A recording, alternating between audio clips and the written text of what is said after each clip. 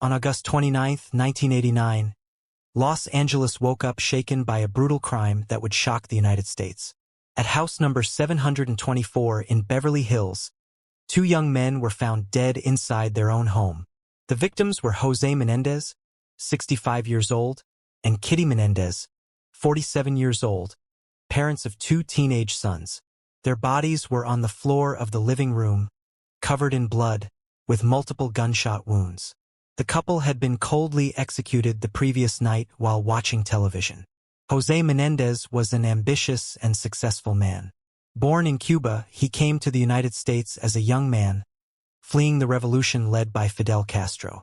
Through hard work and determination, he built a solid career in business, especially in the entertainment sector. He worked for major companies and accumulated considerable wealth over the years. Kitty Menendez, on the other hand, was known for being discreet and family-oriented. Originally from Pennsylvania, she married José in the mid-1970s and began living what seemed to be a luxurious life. Together, they had two children, Lyle and Erik Menendez, who were 18 and 16 years old at the time of the murders, respectively. The house where the crime occurred was located on the prestigious Rodeo Drive street in Beverly Hills, one of the most famous and wealthy neighborhoods in California. It was a spacious mansion, surrounded by high walls and a well-kept garden, the perfect image of American upper-class life. Inside those walls, however, many believed the reality was different from the external appearance. On the night of August 20, 1989, José and Kitty were at home watching TV in the living room, as they did every night. Their two sons had gone out to play pool and supposedly agreed to return later. However, something terrible happened that night, and when the boys returned, they found their parents dead on the floor, covered in blood. The bodies showed multiple bullet perforations, mainly on the head and neck. The scene was shocking. The walls of the room were splattered with blood, and the furniture was disorganized, as if there had been an attempt to flee or defend themselves. The massacre had been quick and extremely violent. The police were called by neighbors who heard the shots during the early hours of the morning. When the officers arrived at the scene, they found a chaotic situation. The bodies were still warm, indicating that the crime had just occurred. But there was no sign of a break-in or physical struggle, which raised doubts about who could have committed the crime. Initially, investigators believed it to be a failed robbery or even a crime motivated by revenge. José Menendez worked in the entertainment industry and had several enemies, both professional and personal. In addition, he had already been investigated for financial fraud, which fueled conspiracy theories. However, as the days passed, the clues began to point to something more complex. The sons, Lyle and Erik, displayed strange behaviors in the face of tragedy. Instead of crying or expressing pain, they seemed more concerned about inheritance and the lifestyle change that would come after their parents' deaths.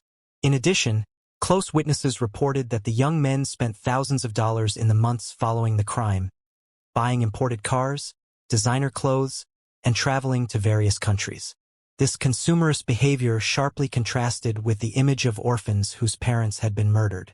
Over time, investigators began to suspect that the brothers themselves might be involved in the crime.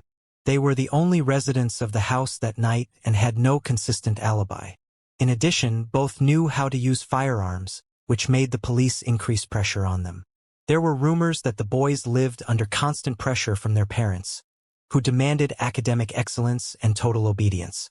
Some close friends revealed that the young men suffered from constant criticism and had a turbulent relationship with their father, which generated speculation about emotional motivations for the crime. Another point that caught attention was the fact that José and Kitty had recently changed their will, excluding the children from the inheritance. This gave the young men a strong financial motive for committing the crime, although this was never officially proven. After weeks of investigation, the police decided to interrogate the brothers separately. During the testimonies, contradictions arose in both versions, reinforcing suspicions.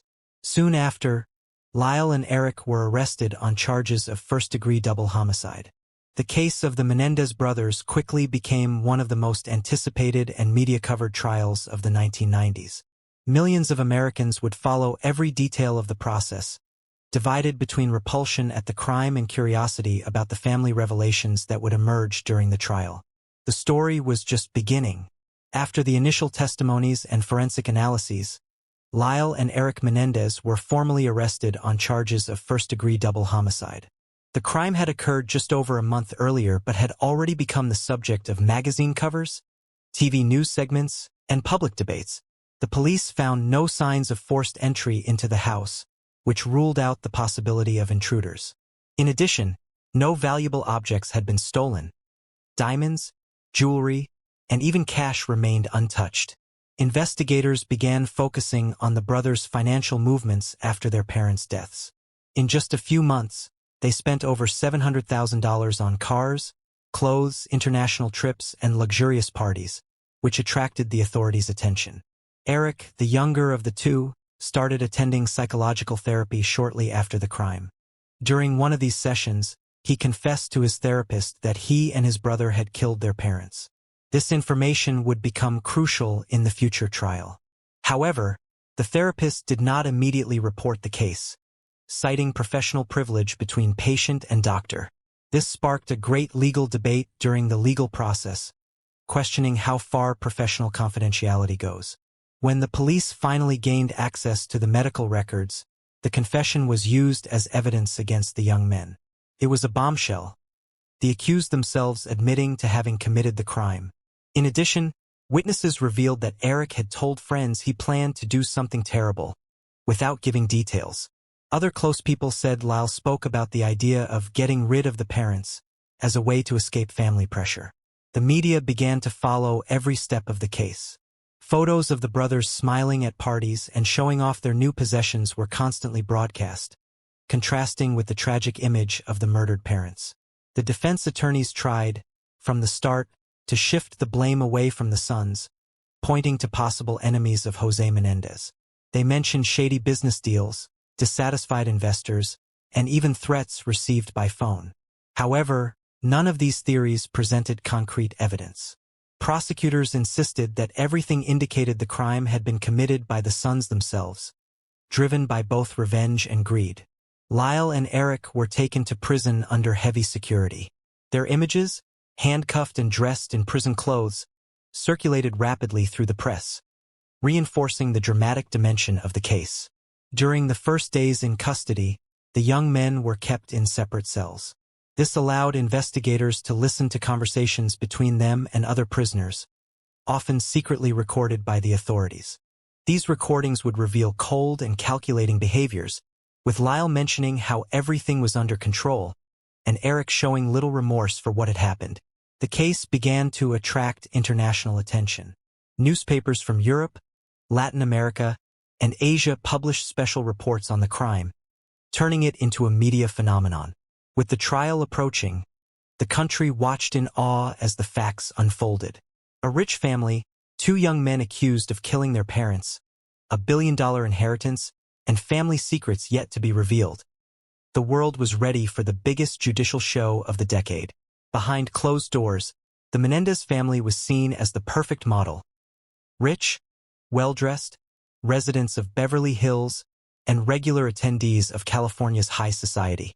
Behind the scenes, however, everything suggested that this facade hid a world of tensions, emotional violence, and unforgivable secrets. Close friends of the young men began to report that Lyle and Erik lived under constant pressure to meet their parents' standards. They had to get excellent school grades, practice sports professionally, and even follow strict rules at home. José Menendez was described by those who knew him as an authoritarian, perfectionist, and extremely controlling man. He did not tolerate failure and often humiliated his sons publicly when disappointed. Kitty, although more discreet, also played a dominant role in the upbringing of her sons. Many claimed she was passive-aggressive and used emotional blackmail to manipulate the boys' behavior. In addition, rumors emerged about possible sexual abuse committed by José against his own sons. This information would later be used by the defense as justification for the crime, claiming psychological self-defense. These accusations shocked the court and divided opinions among jurists, psychologists, and society itself. Some saw it as a desperate attempt to acquit the brothers, while others believed it was the harsh reality. Witnesses reported having heard conversations in which Erik said he felt hurt by his father, and Lyle confessed to recurring nightmares involving José. This fueled theories that there were deep traumas involving the two young men. The lives of the brothers were marked by contrasts. Outside the house, they were seen as popular, athletic, and socially successful young men. Inside the house, however, they seemed trapped by a rigid and unbearable regime. The Menendez family traveled frequently to luxurious destinations, but these trips were more like obligations than pleasure. José used vacations to impose discipline and control over his sons, often subjecting them to exhausting activities without time for leisure. In later testimonies, classmates of the brothers stated that both seemed tired, anxious, and distant. They avoided talking about their family and rarely invited friends to their house. There was an atmosphere of fear within the household. Household employees noticed that the young men walked on tiptoe when their father was nearby, fearing any reprimand or punishment.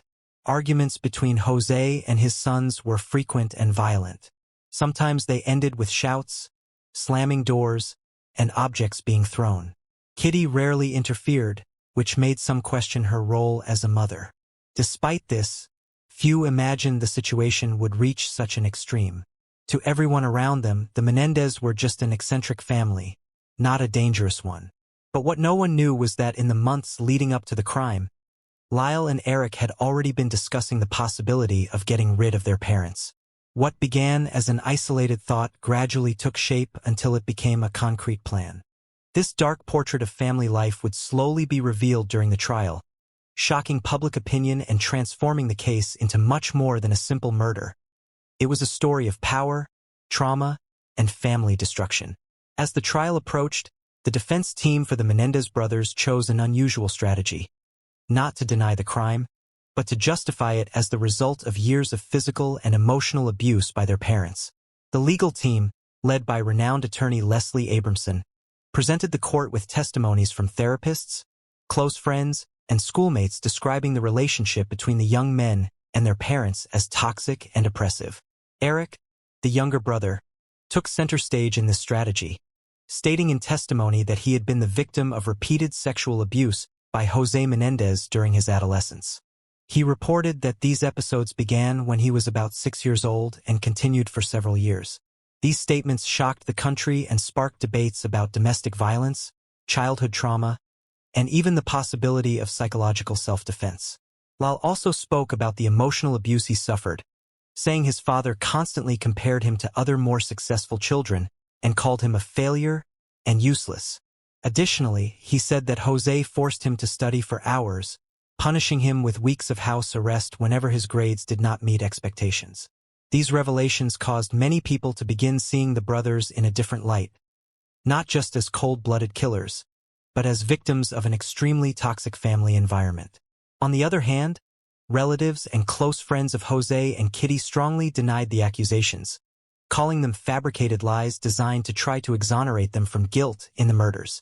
The prosecution rejected the idea of self-defense, arguing that the crime was premeditated and primarily motivated by greed. According to them, the young men wanted to get rid of their parents to inherit millions of dollars. The prison recordings showed Lyle and Erik discussing travel plans and luxury purchases without showing remorse or regret for the deaths they had committed.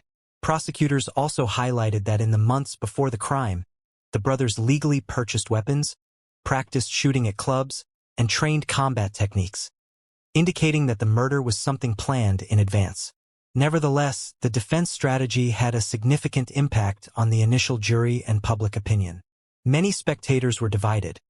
Some believed the young men deserved compassion. Others believed they should pay for their crimes. The media extensively explored the abuse allegations, bringing in mental health experts to discuss the issue. TV programs and magazines published special reports on childhood trauma and how it can lead to extreme violence. Despite the controversies, the trial moved forward. The case was about to enter one of its most dramatic and defining phases.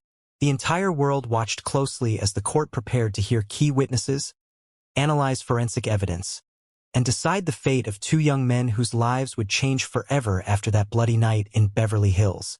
In mid-1993, the Menendez brothers' trial finally began, marking the start of one of the most watched legal proceedings in American history.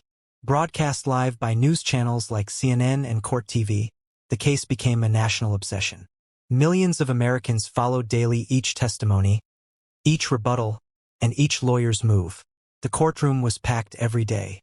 Journalists, curious onlookers, and legal experts filled the benches to witness a trial that mixed wealth, violence, childhood trauma, and corruption. The judge in charge of the case, Stanley Weisberg, maintained strict control over the trial's progress, avoiding excesses from both the prosecution and the defense. Among the first witnesses heard were Erik's therapists, whose testimonies included conversations in which the young man confessed to participating in the crime. These recordings were used by the prosecution as undeniable proof of the brothers' guilt. For prosecutors, this was confirmation that the crime had been premeditated. However, the defense questioned the validity of these pieces of evidence, arguing that the doctor-patient confidentiality had been violated and that Erik was under intense psychological pressure at the time. Another surprising witness was Lyle Menendez himself, who decided to testify in his own defense, something unusual in cases of this magnitude. During his testimony, Lyle spoke for hours, telling the jurors about his difficult childhood, the emotional abuse, the excessive demands, and the constant feeling of fear he experienced at home. He said that for a long time, he believed killing his parents was the only way to escape the cycle of violence and oppression he had been living since childhood. His emotional account moved some people in the courtroom, especially those who already sympathized with the version that the young men were victims and not criminals. On the other hand, prosecutors seized on Lyle's testimony to expose contradictions in his statements, suggesting that he was manipulating the jury with a calculated performance. Photos and videos of the brothers spending money after their parents' deaths were also presented, fueling the image that they had committed the crime for financial gain. The trial lasted more than 6 months and featured hundreds of witnesses, forensic reports, psychological analyses, and complex legal debates. When the final verdict arrived, the entire country stopped to listen. The jury's decision would seal the fate of the Menendez brothers and leave deep marks on American judicial and cultural history. When the verdict was finally announced in July 1996, after more than 6 months of intense trial, Lyle and Erik Menendez were found guilty of first-degree double homicide. The announcement was made in a deathly silent courtroom. The cameras captured Lyle's impassive face and Erik's teary eyes, who seemed to understand for the first time the gravity of their actions. There was no immediate arrest. The young men had already been detained since the beginning of the process, but now they would face the sentence that would define the rest of their lives. Prosecutors requested maximum penalties: life imprisonment without the possibility of parole, arguing that the crime had been premeditated and cruel. The defense tried until the last moment to move the judge with the story of abuse and trauma suffered by the brothers. They requested lighter sentences or even psychiatric treatment as an alternative to prison. However, Judge Stanley Weisberg was not convinced. He stated during the reading of the sentence that the defendants had shown coldness and calculation when they murdered their parents. On September 8, 1996, Lyle and Erik Menendez received 2 consecutive life sentences without the possibility of parole. This meant that, theoretically, neither of them would leave prison while alive. It would be a lifetime behind bars, paying for the crime committed nearly 7 years earlier. The decision was met with discreet applause from part of the audience sympathetic to the Menendez family, while other spectators lamented the harshness of the sentence.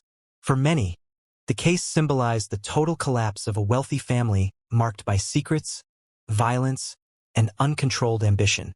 For others, it was proof that money does not buy happiness or protect against tragedy.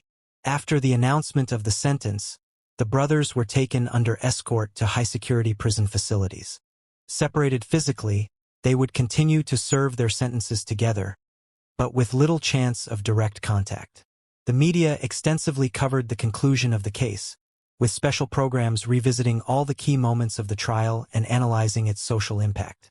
Experts in criminal psychology and juvenile justice used the case to discuss topics such as childhood trauma, legal responsibility, and the influence of the media on judicial processes.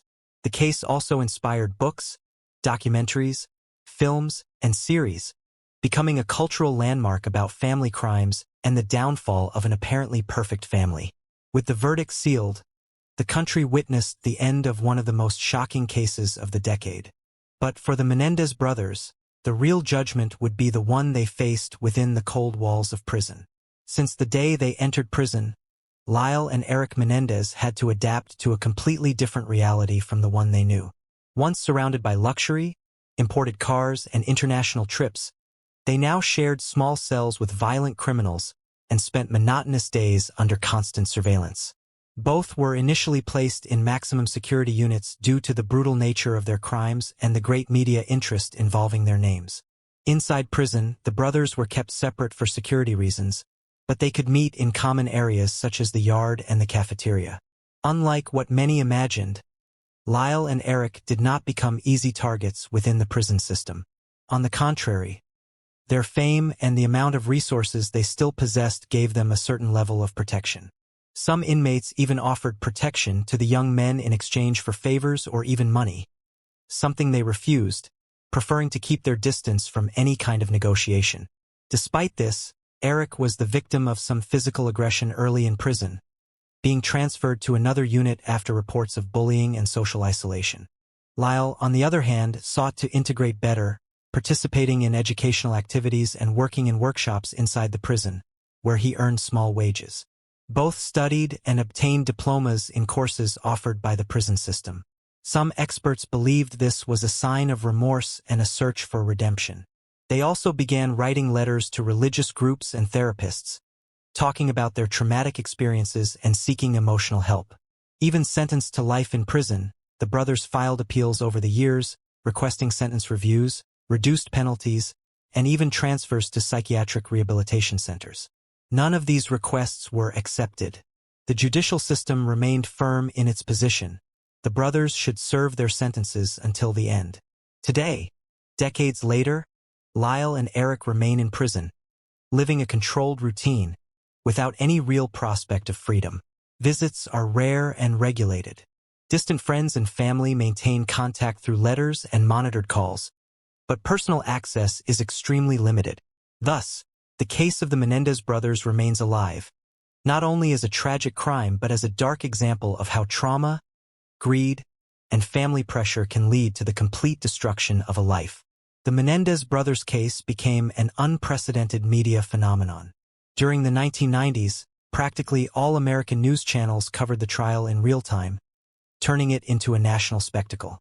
The way the media treated the case divided opinions. For some, it was a way to raise awareness about domestic violence and psychological trauma. For others, it was a sensationalist exploitation of a brutal crime. Programs like Inside Edition, Dateline NBC, and 48 Hours dedicated special episodes to the case, interviewing witnesses, forensic experts, and even family members not directly involved in the process. Magazines like People, Time, and Newsweek published exclusive covers with photos of the brothers, provocative headlines, and in-depth analyses of the family dynamics and the American judicial system. The case also inspired investigative books written by journalists and law scholars, many of whom tried to re-examine facts that were not taken into account during the trial. One of the most famous books was The Killing of the Family, written by a renowned crime reporter, which brought new theories about possible people involved and hidden motivations behind the crime. In cinema, the case served as inspiration for films like Menendez, Blood Brothers, and Guzman, productions that sought to portray the story from different perspectives, including those of the brothers themselves. The series American Crime Story, The People v. O.J. Simpson also made indirect references to the Menendez case, highlighting how famous crimes began to be treated as entertainment by society. Documentaries like The Trials of Life and Death and Monsters Inside, the 24-year-long secret history of the Menendez murders dove deep into the story, presenting unpublished testimonies and shocking revelations. These productions helped keep the case alive in collective memory, especially among new generations who discovered the story through streaming platforms like Netflix, Hulu, and HBO Max. The way the media influenced the jury and the final outcome of the trial was also the subject of academic debates. Some jurists argue that external pressure affected the legal process. On the other hand, defenders of the brothers claim that, Without media coverage, certain family abuses would never have come to light, giving voice to victims silenced by fear or shame. Today, the case is frequently cited in university courses in law, psychology, and journalism as an example of how the intersection between media, justice, and trauma can shape public perception of a crime. Despite decades having passed, the name of the Menendez brothers still arouses curiosity, debate, and fascination. Proof that their story transcended the courtroom and entered popular culture. Whether as a warning about the dangers of domestic violence or as a portrait of the collapse of a rich and dysfunctional family, the Menendez case remains one of the most studied and discussed in American history. Even with the final verdict and the sentences served for decades, the Menendez brothers' case still carries doubts and mysteries that continue to intrigue investigators, true crime fans, and conspiracy theorists. One of the main alternative theories suggests that Lyle and Erik did not act alone, but rather with the help of a third man, whose identity remains unknown to this day. Some experts point to shoe prints found at the crime scene that did not belong to the brothers or their parents. In addition, forensic reports mention traces of DNA that were not compatible with any known individuals involved. Another hypothesis questions why no one heard the shots, considering that the house was located in a residential area and the walls were thin. This fuels the idea that the shots might have been muffled by a silencer. There are also those who believe that José Menendez had powerful enemies in the financial world and that he could have been the target of a contract killing, with the sons being used as scapegoats. Anonymous witnesses came forward in the years following the suggestion that they had seen strangers lurking around the Menendez house in the weeks before the crime, but this information was never officially investigated.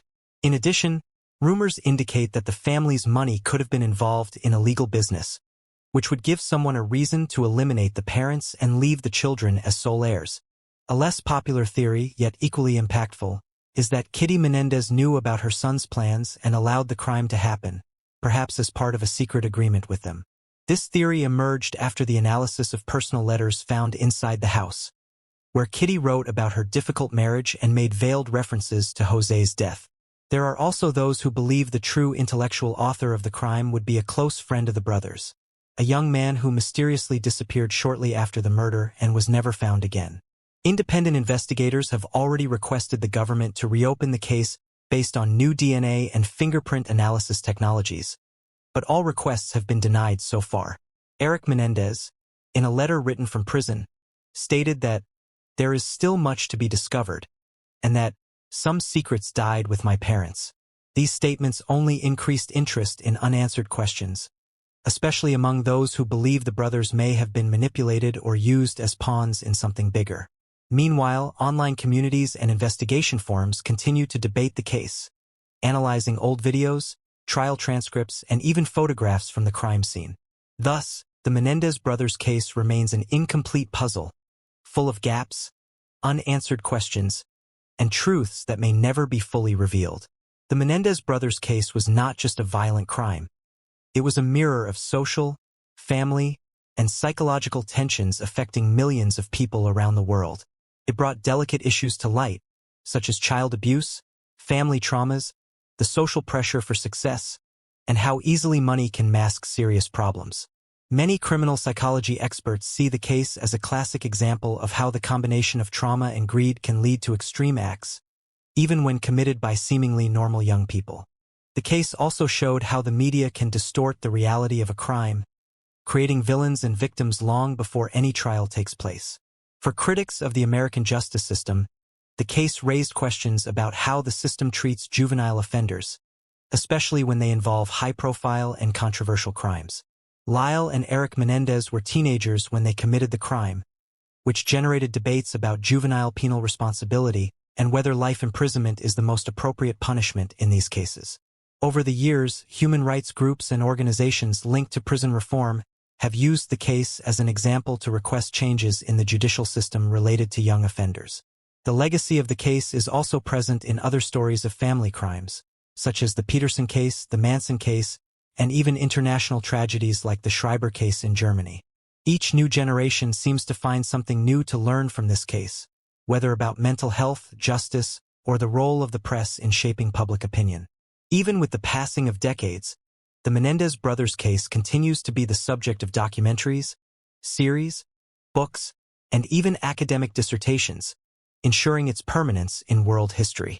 The names of José and Kitty Menendez are remembered with sadness, as victims of a cruel crime, but also as complex figures in a story marked by love, hate, control, and tragedy.